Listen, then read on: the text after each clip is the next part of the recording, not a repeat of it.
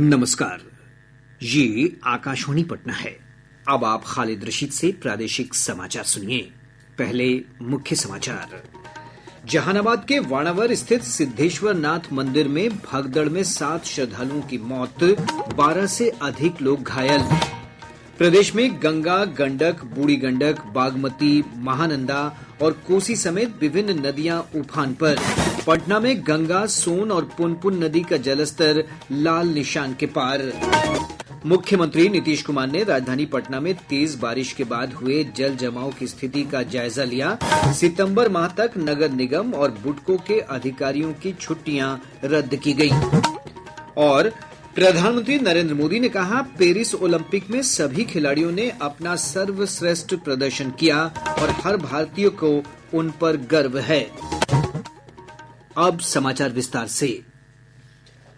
जहानाबाद के वाणावर स्थित सिद्धेश्वर नाथ मंदिर में हुई भगदड़ की घटना में 7 श्रद्धालुओं की मौत हो गई है। इस हादसे में 12 से अधिक लोग घायल हो गए। जिलाधिकारी अलंकृता पांडे ने बताया कि मृतकों में 5 महिला और 2 पुरुष शामिल हैं। जिला प्रशासन की टीम मौके पर पहुंचकर राहत और बचाव के कार्य में जुट गई है। हमारे संवाददाता ने बताया है कि सावन की सोमवारी के कारण बड़ी संख्या में श्रद्धालुओं की भीड़ सिद्धेश्वर नाथ के दर्शन के लिए पहाड़ पर पहुंची थी। इसी दौरान देर रात करीब 12 बजे मंदिर के समीप भगदड़ होने से यह हादसा हुआ। स्थानीय सांसद सुरेंद्र प्रसाद यादव ने इस घटना को दुर्भाग्यपूर्ण बताते हुए प्रशासन से मृतकों के आश्रितों के लिए मुआवजे की मांग की है। ये जो दुर्घटना है दुर्भाग्यपूर्ण है। इतना बड़ा घटना आज तक नहीं हुआ है। देखिए, ये तो जांच का विषय है। जब तक जांच से पूरा नहीं हो जाता है तो किसी आरोप प्रति आरोप लगाना अच्छी बात नहीं है।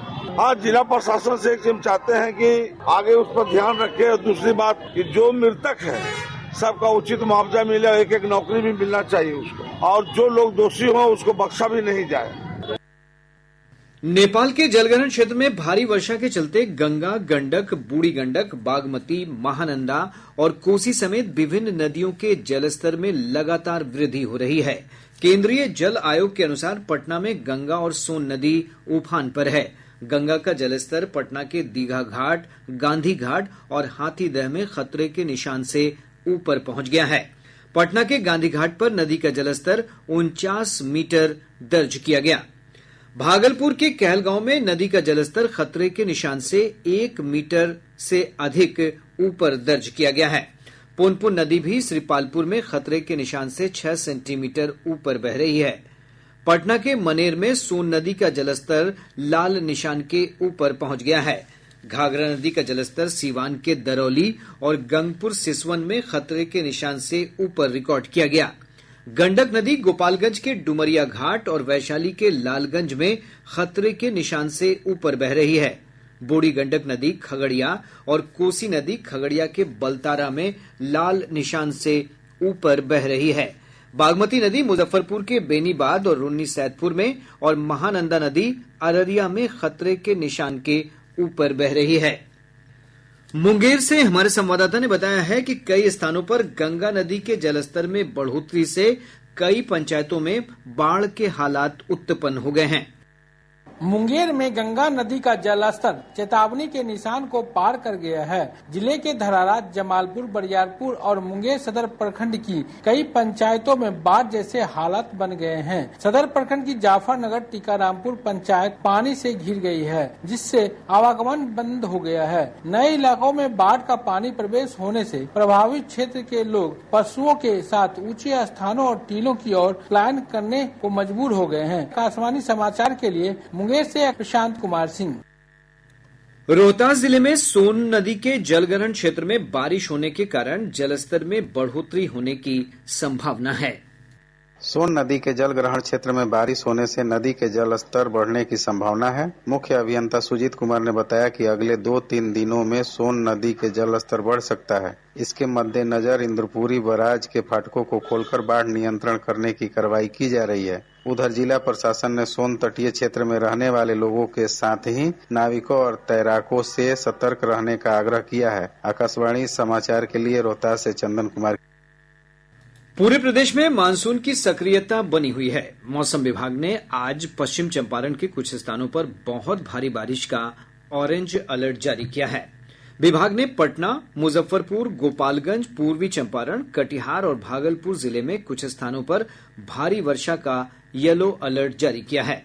अन्य हिस्सों में हल्की से मध्यम बारिश हो सकती है। मौसम विज्ञान केंद्र पटना के वैज्ञानिक ने बताया कि इस दौरान राज्य के उत्तर पूर्व और उत्तर पश्चिम भागों में कुछ स्थानों पर बारिश के साथ वज्रपात की भी आशंका है। वर्षा एवं मेघ गर्जन के कारण तापमान में कुछ गिरावट आई है तथा सापेक्षिक आर्द्रता की मात्रा बढ़ गई है। वर्षा होने से कृषि पर व्यापक प्रभाव पड़ेगा तथा नदी के जल स्तर में वृद्धि हो सकती है। उत्तर एवं पूर्वी बिहार में अनेक स्थानों पर तथा बाकी भाग के कुछ स्थानों पर हल्की से मध्यम स्तर की वर्षा 24 घंटों के अंदर हो सकती है, परंतु मेघ गर्जन बिहार के उत्तर पूर्वी तथा पश्चिमी भाग में हो सकती है। इधर पिछले 24 घंटों के दौरान प्रदेश के विभिन्न भागों में मध्यम से भारी बारिश हुई है। सीवान के दरौली में सबसे अधिक 138.8 मिलीमीटर, पटना के दानापुर में 126 मिलीमीटर, नालंदा के सरमेरा में 120, सीवान के सिसवन में 106.4 और पटना में 76 मिलीमीटर बारिश रिकॉर्ड की गई।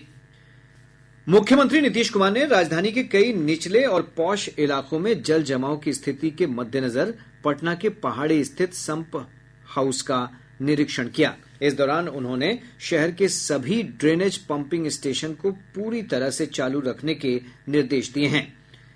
इधर जल जमाव को लेकर नगर विकास और आवास मंत्री नितिन नवीन ने सभी अधिकारियों को निचले इलाकों में जल जमाव से हुई परिस्थिति को देखते हुए सुपर सॉकर मशीन लगाकर पानी निकालने के निर्देश दिए हैं। श्री नवीन ने सितंबर माह तक नगर निगम और बुडको के सभी अधिकारियों की छुट्टियों को रद्द करने के भी निर्देश दिए हैं। प्रधानमंत्री नरेंद्र मोदी इस महीने की 25 तारीख को आकाशवाणी से मन की बात कार्यक्रम में अपने विचार साझा करेंगे। यह इस मासिक रेडियो कार्यक्रम की 113वीं कड़ी होगी। कार्यक्रम के लिए लोगों से विचार और सुझाव टोल फ्री नंबर 180-011-7800 पर आमंत्रित किए गए हैं। नरेंद्र मोदी ऐप या माई जीओवी ओपन फोरम पर भी विचार साझा किए जा सकते हैं। विचार और सुझाव इस महीने की 23 तारीख तक स्वीकार किए जाएंगे। प्रादेशिक समाचार आप आकाशवाणी पटना से सुन रहे हैं। ताजा समाचारों के लिए आप हमारे एक्स हैंडल AIR_News_ पटना पर जा सकते हैं। पेरिस ओलंपिक 2024 का समारोह के साथ भव्य समापन हो गया है। भारत 6 पदकों के साथ पदक तालिका में 71वें स्थान पर रहा। भारतीय खिलाड़ियों ने 1 रजत और 5 कांस्य पदक सहित कुल 6 पदक हासिल किए। 2020 के टोक्यो ओलंपिक में भारत पदक तालिका में 48वें स्थान पर था और उसे 1 स्वर्ण, 2 रजत और 4 कांस्य सहित कुल 7 पदक मिले थे। एक रिपोर्ट।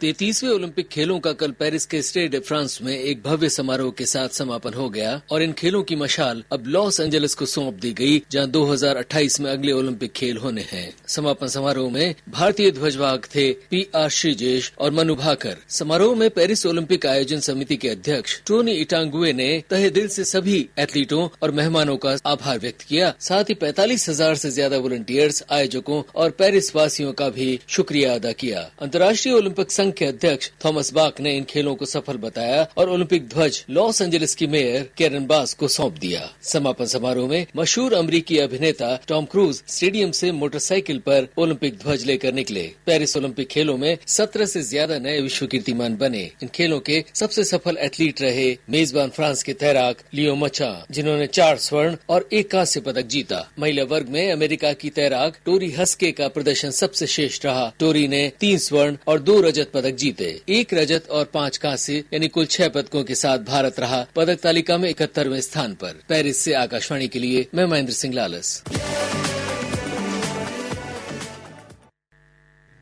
प्रधानमंत्री नरेंद्र मोदी ने कहा है कि पेरिस ओलंपिक में सभी खिलाड़ियों ने अपना सर्वश्रेष्ठ प्रदर्शन किया है और हर भारतीय को उन पर गर्व है। एक सोशल मीडिया पोस्ट में श्री मोदी ने कहा कि वे पेरिस ओलंपिक में भारतीय दल के प्रयासों की सराहना करते हैं प्रधानमंत्री ने खेल नायकों को उनके आगामी प्रयासों के लिए शुभकामनाएं भी दी हैं। पेरिस ओलंपिक में 16 खेल स्पर्धाओं में कुल 117 भारतीय खिलाड़ियों ने भाग लिया। आज सावन की चौथी सोमवारी है। विभिन्न जिलों से हमारे संवाददाताओं ने बताया है कि शिव मंदिरों में सुबह से ही जलाभिषेक के लिए भक्तों का तांता लगा हुआ है। पूरा वातावरण शिव भजन और बोलबम के जयकारों से गुंजायमान है।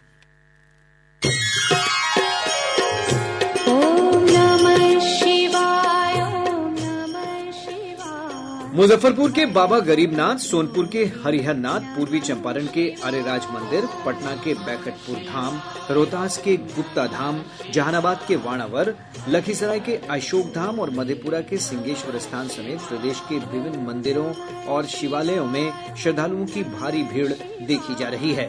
भागलपुर के सुल्तानगंज में बड़ी संख्या में कांवरिया उत्तर वाहिनी गंगा का जल उठाने के लिए पहुंच रहे हैं। ये कांवरिया 105 किलोमीटर से अधिक की दूरी तय कर झारखंड के देवघर स्थित बाबा वैद्यनाथ का जलाभिषेक करेंगे।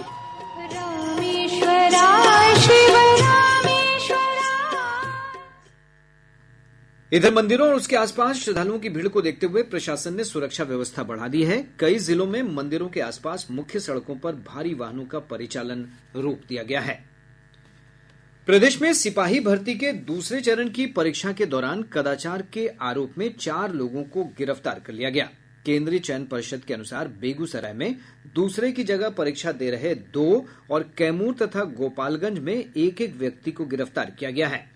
वहीं नालंदा में 1 और गोपालगंज में 4 अभ्यर्थियों को परीक्षा से निष्कासित कर दिया गया।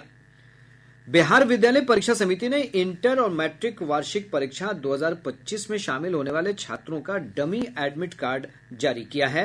समिति ने कहा है कि डमी एडमिट कार्ड में त्रुटि सुधार के लिए ऑनलाइन आवेदन समिति के पोर्टल पर 14 अगस्त तक अपलोड किया जा सकता है। अब बिहार से प्रकाशित प्रमुख समाचार पत्रों की सुर्खियां।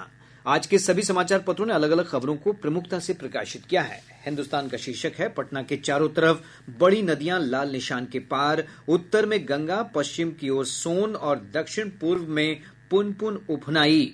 दैनिक जागरण लिखता है, पटना में जल जमाव की स्थिति का मुख्यमंत्री नीतीश कुमार ने लिया जायजा। मुख्यमंत्री ने सभी ड्रेनेज पंपिंग स्टेशन को चालू रखने के दिए निर्देश। दैनिक भास्कर की बड़ी खबर है, वैशाली में मूल स्थान पर दोबारा स्थापित होगा बुद्ध का अस्थि कलश। प्रभात खबर ने जमीन सर्वेक्षण की खबर को प्रमुखता से प्रकाशित करते हुए लिखा है, जमीन सर्वेक्षण के लिए की जाएगी ग्राम सभा, जल्द शुरू होगा काम। राष्ट्रीय सहारा की सुर्खी है, फसलों की नई किस्मों से किसानों की बढ़ेगी आय। प्रधानमंत्री नरेंद्र मोदी ने नई फसल की किस्मों के विकास के लिए वैज्ञानिकों की सराहना की। आज अखबार की सुर्खी है, हिंडनबर्ग रिपोर्ट पर गरमाई राजनीति। और अब अंत में मुख्य समाचार एक बार फिर। जहानाबाद के वाणावर स्थित सिद्धेश्वर नाथ मंदिर में भगदड़ में 7 श्रद्धालुओं की मौत, 12 से अधिक लोग घायल। प्रदेश में गंगा, गंडक, बूढ़ी गंडक, बागमती, महानंदा और कोसी समेत विभिन्न नदियां उफान पर। पटना में गंगा, सोन और पुनपुन नदी का जलस्तर लाल निशान के पार। मुख्यमंत्री नीतीश कुमार ने राजधानी पटना में तेज बारिश के बाद हुए जल जमाव की स्थिति का जायजा लिया। सितंबर माह तक नगर निगम और बुडको के अधिकारियों की छुट्टियां रद्द की गईं। और प्रधानमंत्री नरेंद्र मोदी ने कहा, पेरिस ओलंपिक में सभी खिलाड़ियों ने अपना सर्वश्रेष्ठ प्रदर्शन किया और हर भारतीय को उन पर गर्व है। इसके साथ ही आकाशवाणी पटना से प्रसारित प्रादेशिक समाचार का ये अंक समाप्त हुआ।